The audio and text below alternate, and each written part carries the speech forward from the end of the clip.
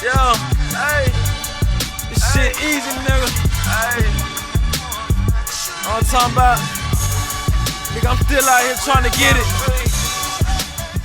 Contender Regime Boxing, checking back in with y'all, man. What's good? It's fight week, man. It is fight week. We got ERROL the True Spence Jr.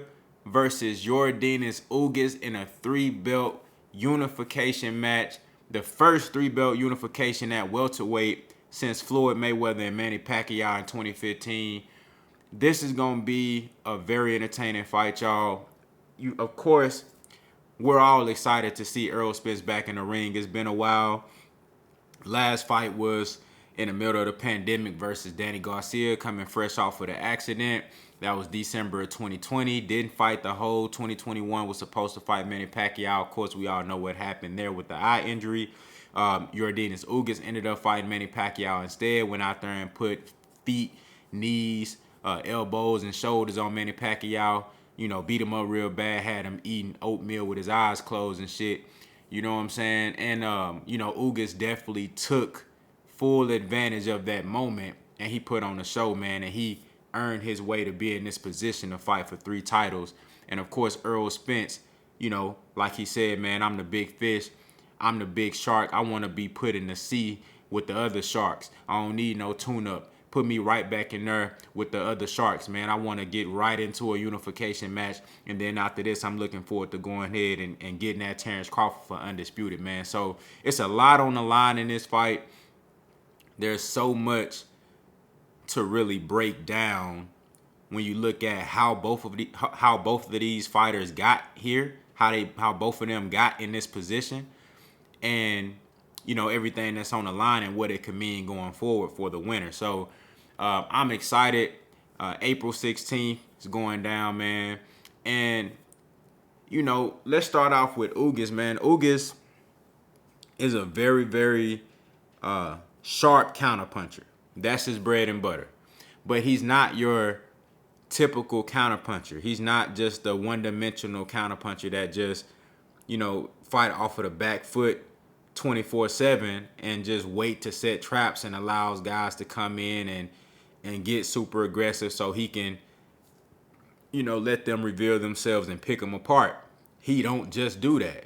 Ugas is also very game. He don't mind coming forward and being the aggressor. He don't mind throwing punches in bunches and letting his hands go. That's what makes YORDENIS Ugas unique. He has those foundational technical skills that you normally see out of those elite Cuban boxers, but then at the same time, he also has a second gear where if it breaks out into a fight, he will fight willingly. You know what I'm saying? And he's very good at it. Going to the body, he can fight on the inside. You know, Ugas really do. He got some dog in him. Now we'll see how much dog he got in him on April 16th. But Ugas definitely got some dog in him, and he's been extremely successful versus southpaws. I think he's like 6-0, 7-0 versus southpaws. If you watch how he fights southpaws, I mean, it's easy to see why he's so successful with his ability to use his jab as a lead punch and a counter punch over his opponent's jab.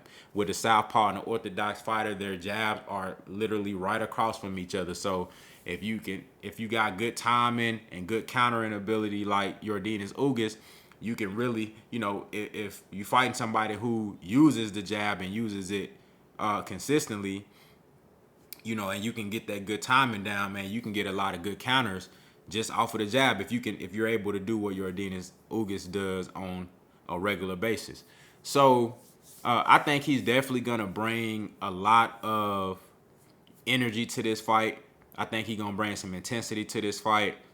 I believe Ugas feels like he has something to prove. Yeah, he's a champion now. Yeah, he went out there and beat Manny Pacquiao and left no doubt out there that he is the real WBA super champion. But I think that he still feels slighted. I think Ugas still feels that, you know, everybody just talks about ERROL Spence and Terrence Crawford, and they don't really put him in the equation. I think he feels some type of way about that. And if you look back, man, Ugas has been wanting this fight for years. Ugas has been asking to fight ERROL Spence. He's been, wanting this fight and trying to make this fight come into fruition for a long time now, and it's finally here. So expect Yordenis Ugas to really lay it all on the line. I expect Ugas to, if it come down to it, he'll go out on this shield. I don't see him, going out there just trying to survive type shit. Ugas gonna definitely take chances if it come down to it. You know what I'm saying? And I think he does have a chance to win this fight. Errol the Truth Spence Jr., we know what he brings to the table. Very strong fighter, great chin, a high motor, capable of throwing 1,000 punches in a fight. And I think, as you've seen in the All Access Part 2, he was talking about how this is the first time he's ever had a nutritionist.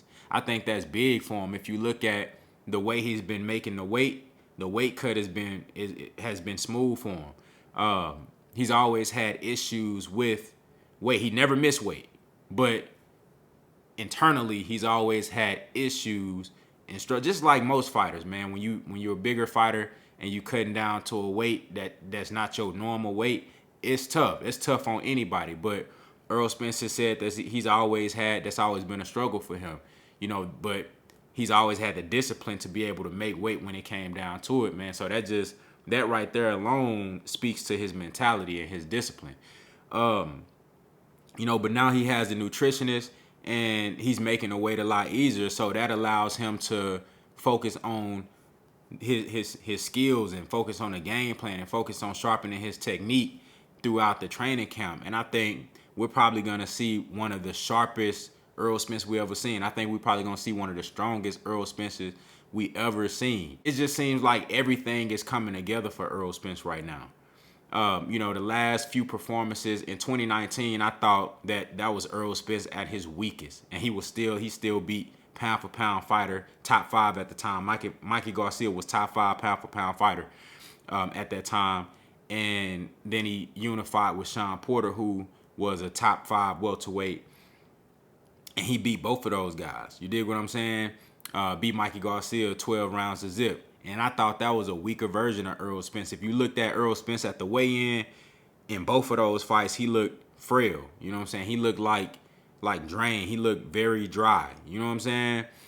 But now, and we'll see what he looks like on Friday at the weigh-in, but I expect Errol Spence to be in tip-top shape. And for a fighter like Errol Spence, conditioning is a huge thing. Conditioning is huge for any fighter, but especially Errol Spence because that's one of the things that makes him unique, along with other things. His motor, his ability to carry his power from round 1 to round 12. His ability to consistently pop that jab out and, consistently go to the body with thudding shots and, heavy pressure, intelligent pressure, cutting off the ring, being extremely athletic and not allowing his opponent to ever get comfortable in the ring. You have to have your conditioning on point to be able to do these things that Errol Spence does. He always sharp and smart in the fight. His ring IQ is elite. Got really good defense, very underrated defense. Great footwork when it comes to the pivot game, spacing and distance, and angles, different shit like that. It might not be flashy, it might not be hella quick and fast, but everything he do is subtle. Always has great leverage on his shots, always in a great position to land punches. And again, when he always has these tools, but when his conditioning not tip top, you're not gonna see the best of Errol Spence. You're gonna see a guy who just pretty much gonna do just whatever it take to win, just enough to get the victory. But when Errol Spence is in tip-top shape, you get that extra level. You get that extra gear. You get that guy who can break you down in the first 4 or 5 rounds and then start just laying it on thick. You know what I mean? Start beating motherfuckers up until they can't take no more. Fight over. You know what I'm saying? And it normally, if you look at Errol Spence's history, it normally take about 4 to 8 rounds to break somebody down. That's normal. That's just a regular day at the office for Errol Spence when he's at the top of his game when it comes to conditioning. And I think you're going to see that version of Errol Spence in this fight. On top of him being a smarter fighter and a wiser fighter, a more mature fighter, just a sharper guy all the way around. So now you're getting a guy that's all the way in his prime, mentally with the heart and physically as well.